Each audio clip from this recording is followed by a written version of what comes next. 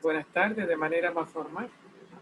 Esta es la materia de Historia de la Filosofía 1. Si alguno nos quiere recordar que vimos la clase pasada y cuál fue la tarea, pues este es el momento. Jessica, adelante.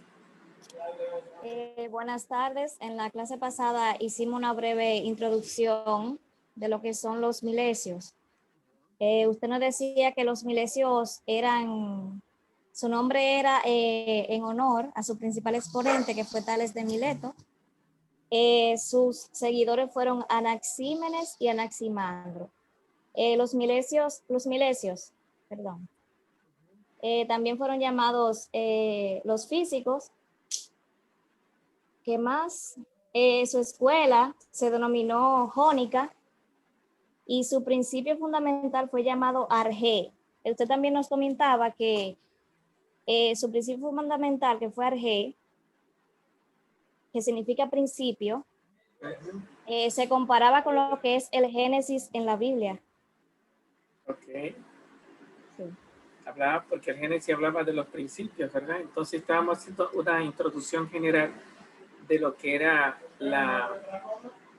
cómo pensaron los primeros pensadores, ¿verdad? Como una especie como de introducción para poder hablar de lo que era la filosofía. Bueno, que es la que nos toca a nosotros, filosofía 1, que es la edad antigua y la edad media. Vamos a ver, ¿quién más nos tiene algo que decir sobre lo que vimos la clase pasada o la tarea que dejamos? Ya. Bien, pues entonces me toca hablar a mí, ¿verdad? Hablamos un poco sobre los jónicos, ¿verdad? Y nos decíamos que estaban buscando como el principio, que obedece como uno de los orígenes de lo que se llama una de las definiciones de filosofía. Una de las definiciones de la filosofía es busca de la causa y de los primeros principios, de las últimas causas, que sería de dónde viene todo, la causa primera, y a dónde termina todo, ¿no? Entonces, las primeras causas, de dónde viene todo, o los primeros principios, de dónde viene todo, y las últimas causas, como lo más profundo, ¿qué es todo?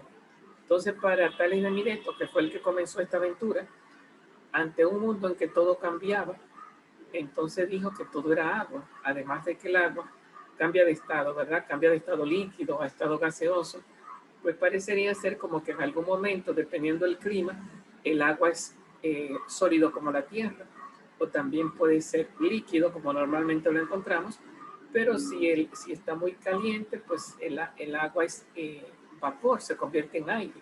Entonces, de los cuatro elementos, agua, fuego, aire y tierra, la hidrósfera, la esfera de agua, la atmósfera, la esfera de aire, la geósfera, esfera de tierra, y la atmósfera, esfera de aire. De los cuatro, el Sol sería la heliosfera con H inicial. De esos cuatro elementos, la pregunta, ¿cuál es el primero del que dependen todos los demás?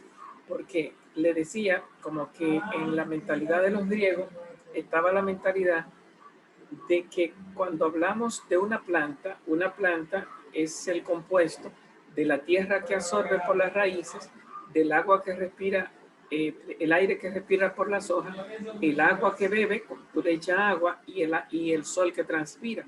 De tal manera que una planta es los cuatro elementos, como si los cuatro elementos fueran una masilla. Y lo mismo pasa con los animales, que comen, beben, respiran y transpiran. Y lo mismo nosotros, nos comemos la tierra cuando comemos frutas o comemos víveres, bebemos agua, respiramos aire y transpiramos sol. De tal manera que podría decirse que muertos o vivos, cadáver o no, somos los cuatro elementos: agua, fuego, aire y tierra.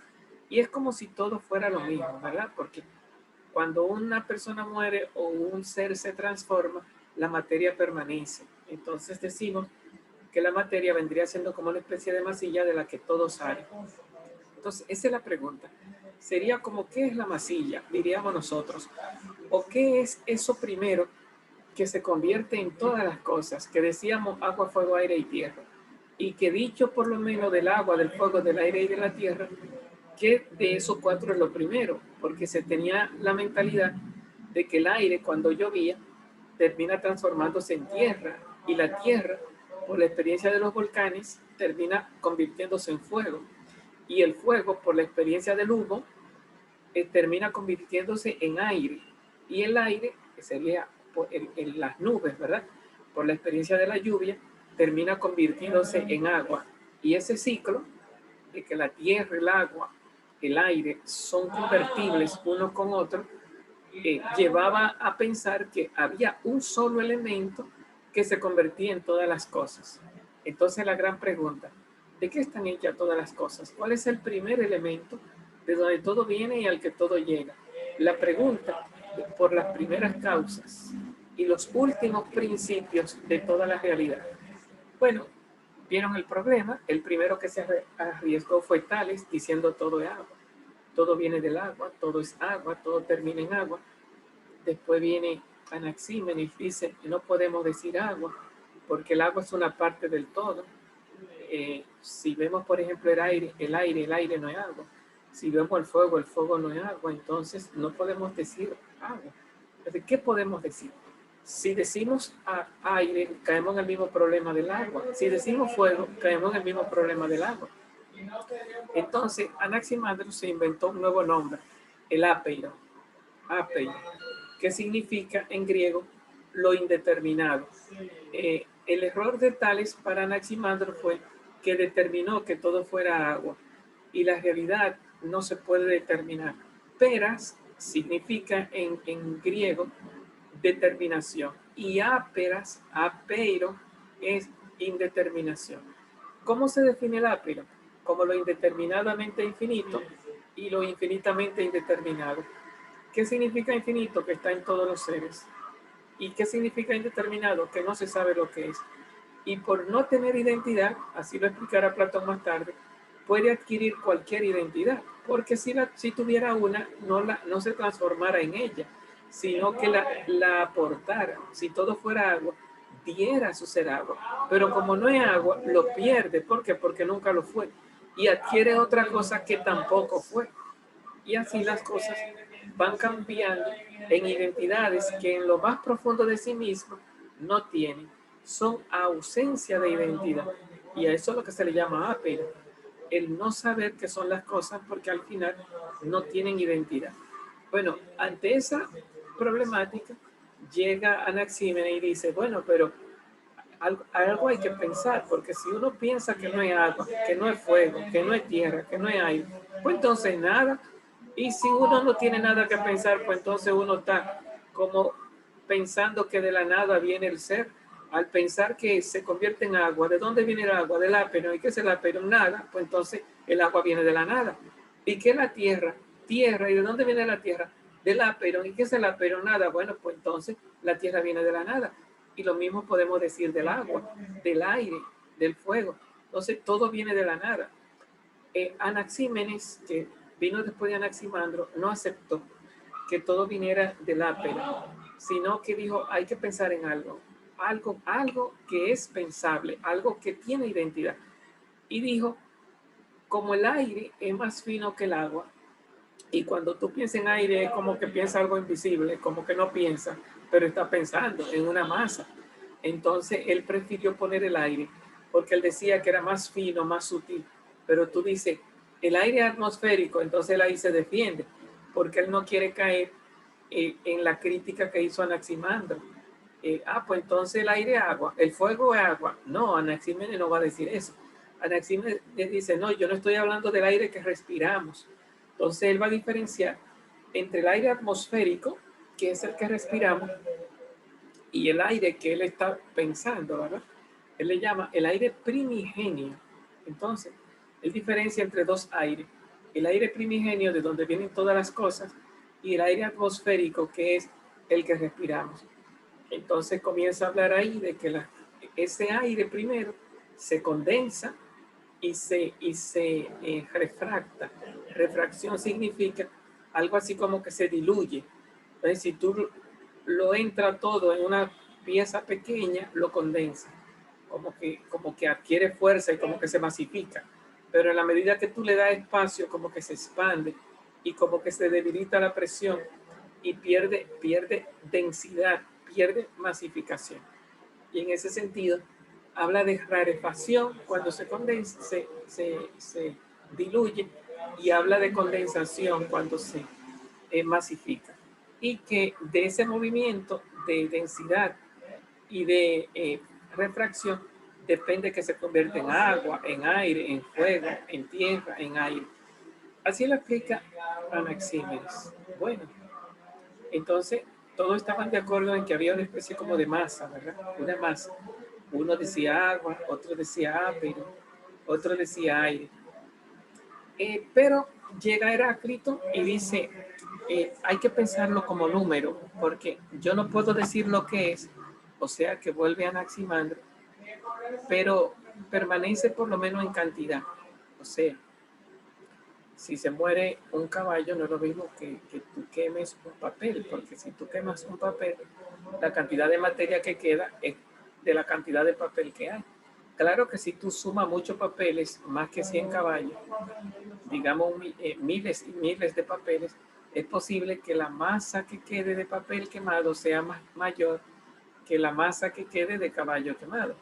Entonces, la masa depende de la cantidad.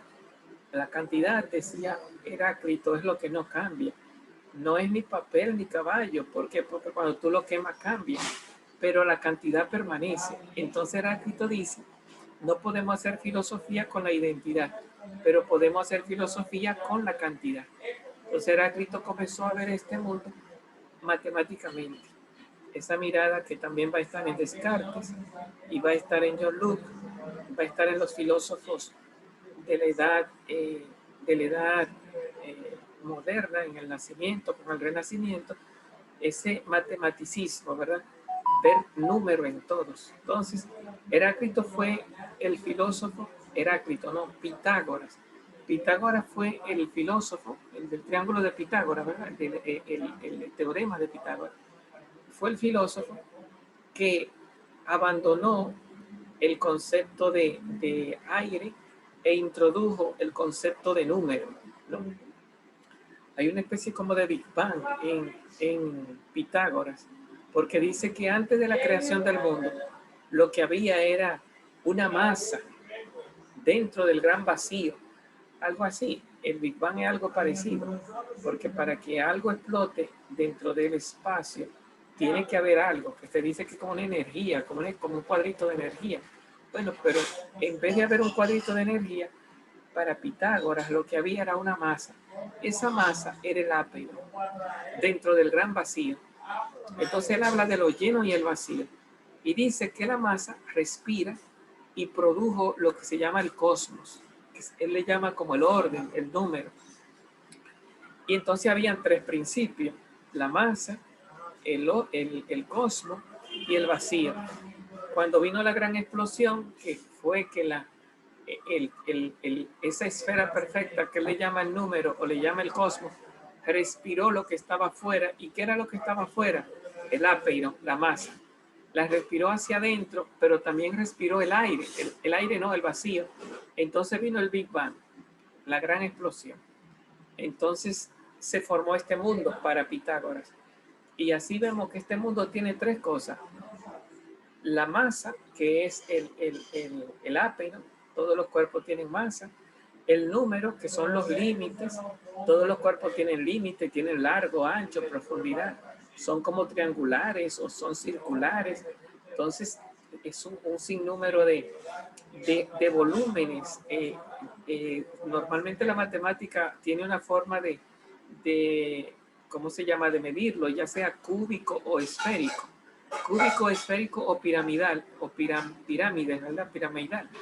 Pero cualquiera que sea la forma que tenga para medirlo, todos los cuerpos que ocupan un lugar en el espacio tienen unos límites, que es lo que Pitágoras le llamó el número, y tienen una masa, lo lleno por dentro, que Pitágoras le llamó el ápero, porque al final ese ápero cambia y no se sabe lo que es, y tiene un vacío, el lugar donde está, y los poros que tiene por dentro, los vacíos que tiene por dentro. Entonces vemos cómo Pitágoras explica el mundo físico. claro que queda un problema hay que resolver, que Pitágoras dice, pero hay vida, ¿verdad? Y un animal muerto o una planta muerta no es lo mismo que una planta viva o que un animal vivo. Un hombre muerto no es lo mismo que un hombre vivo. ¿Qué le falta al animal muerto, a la planta muerta, al hombre muerto, para que sea como el hombre vivo, el animal vivo o la planta viva? Entonces, tú y yo diríamos la vida. Entonces, ellos tenían la palabra ánima, de donde viene la palabra animal, o el ánimo, es como la vida. Y de la palabra ánima viene la palabra alma. El alma es el ánima. Entonces, ellos tenían la palabra ánima, el ánimo, la vida, la respiración. Entonces, cuando decía que los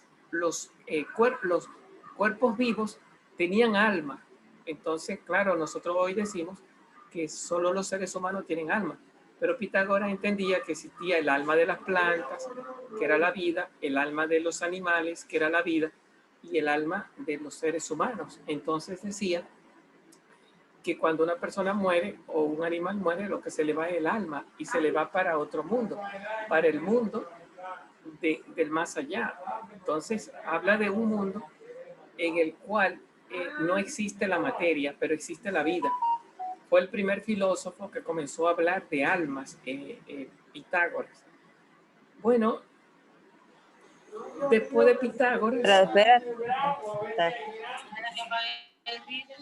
Pitágoras, quien entra en escena es Heráclito, que se le llama el oscuro de Éfeso.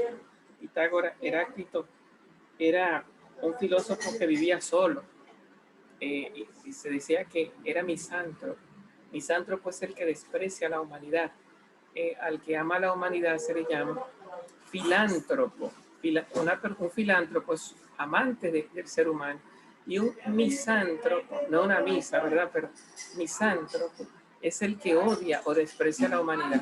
Se dice que Heráclito, como despreciaba a la humanidad, vivía en el monte, vivía solo, no quería saber de la gente. Un día se le llamó a que escriba una ley y prefirió no escribirla. Y cuando escribe su filosofía, la escribe, dice, en un lenguaje oscuro para que la gente que no le entienda, o sea, que la gente era estúpida. Entonces, él tiene una frase muy interesante, ¿verdad?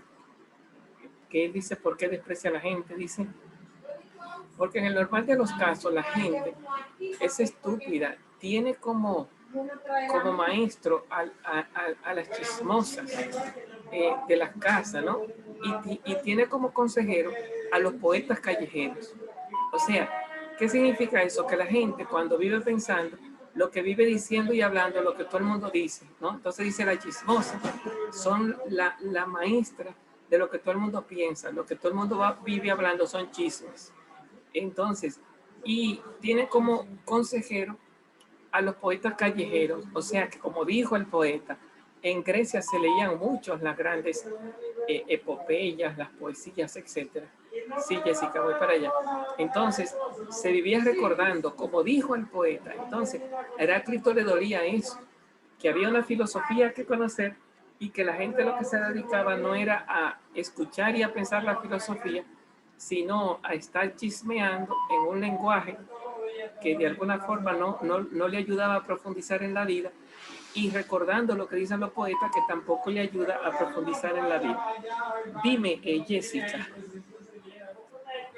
Que yo estuve leyendo de que antes de esos filósofos presocráticos, que eran los grecios, la gente creía era en los mitos, leyendas. Bien, o sea, se habla de filosofía, el mito y el logos. Al logos se le llama filosofía y al mito se le llama, de alguna forma, la creación de lo maravilloso, ¿verdad? De dioses, explicar el mundo con creencias, tal vez de matices religiosas o inventando semidioses.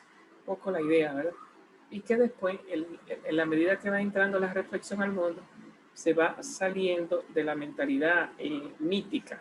Bien, una idea sumamente curiosa y evolutiva del pensar humano. Pero aquí cuando hablamos, no estamos hablando del mundo religioso. Heráclito, eso no es lo que ataca. Heráclito lo que ataca es que la gente vive pensando en los chismes, en los cuentos, en la novelería, lo que le pasó a fulano, que vive en un lenguaje de chercha, ¿no? O en un lenguaje vano, un lenguaje que no entra en la profundidad. ¿Qué entendía Heráclito por filosofía? Heráclito decía que el cosmos, el universo, el mundo, tenía un mensaje para nosotros que él le llamaba logos. ¿Por qué? Porque el universo tenía un orden y ese orden era el logos, la sabiduría de la naturaleza. Entonces él hablaba del logos personal.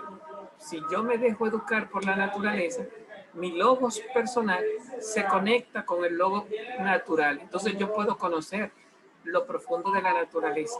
Puedo conocer, como dice Heráclito, el ser y el no ser. Pero Heráclito dice, la gente no le gusta la filosofía, no piensa la filosofía. Siempre está pensando que en los chismes, en lo entretenimiento, en lo que dice el poeta, pero en sentimentalismo.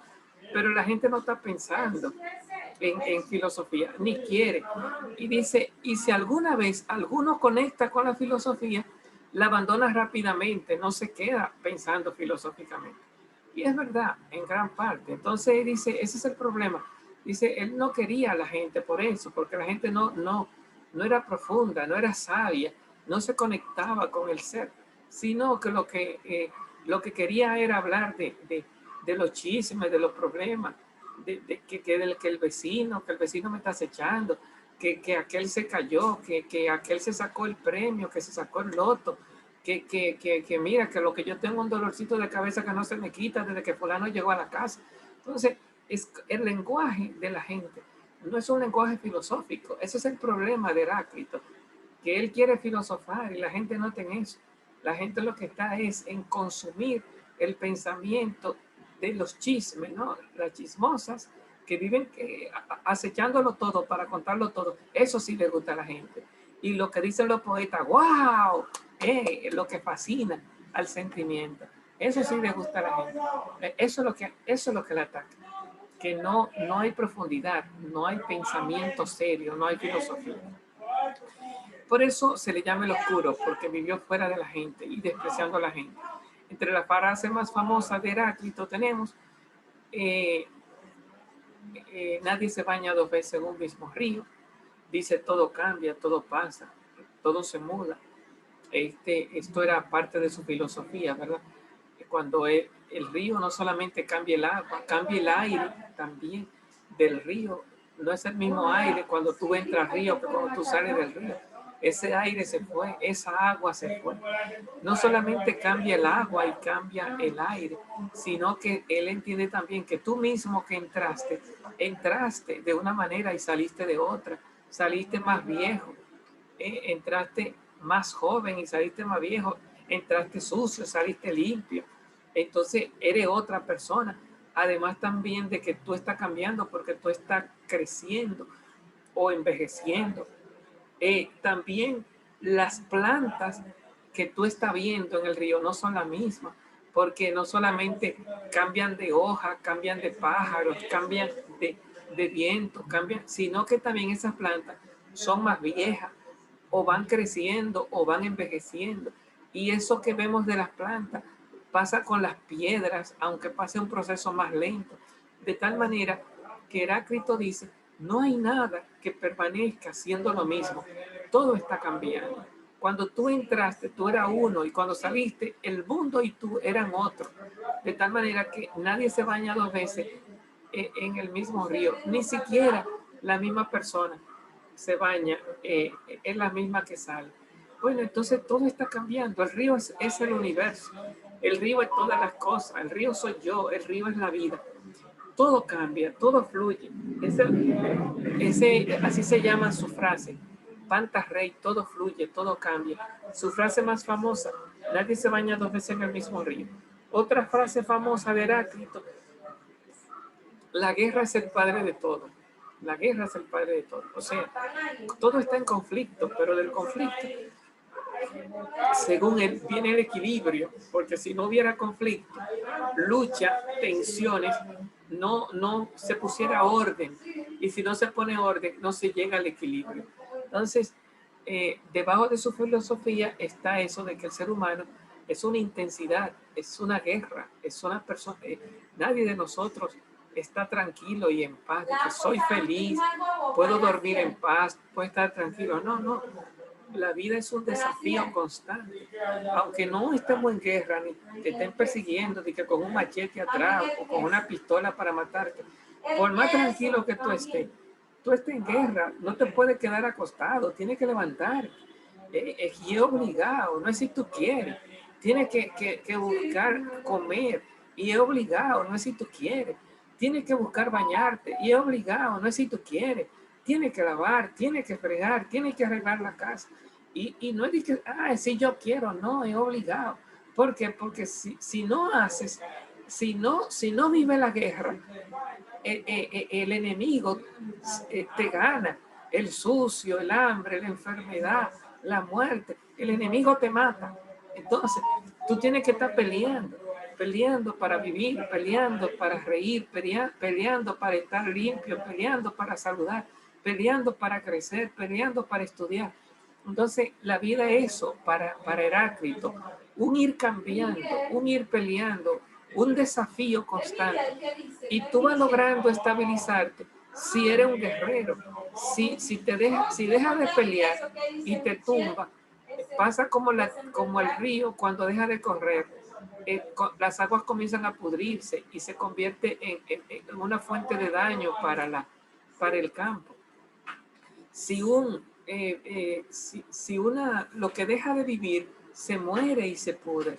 Todos los seres están corriendo, cazando, peleando, y así crecen hermosos, fuertes. Entonces, la vida de todos los seres es una lucha constante. El fuego es otra de la imagen de Heráclito, todo es fuego. El fuego vive porque está quemando algo, está quemando, está matando, está destruyendo. Y por eso el fuego es hermoso, porque está... Entonces uno, destruyendo la naturaleza, comiendo frutas, bebiendo aire, uno vive. Entonces, para Heráclito, uno tiene que estar en el pleito por la vida, en la lucha por la vida. Entonces, la vida es una lucha, es un frenesí, es una odisea. No se puede uno quedar tranquilo, como dice el hombre de la Biblia, de que hombre, túmbate, ya tú tienes suficiente para vivir y comer.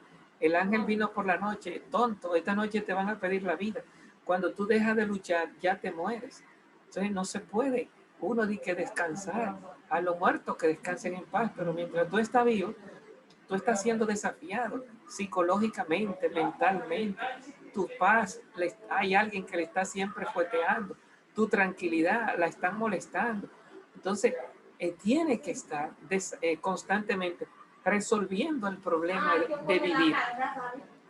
Eso es la vida, y no para uno o para el otro, ni para mí solo, no.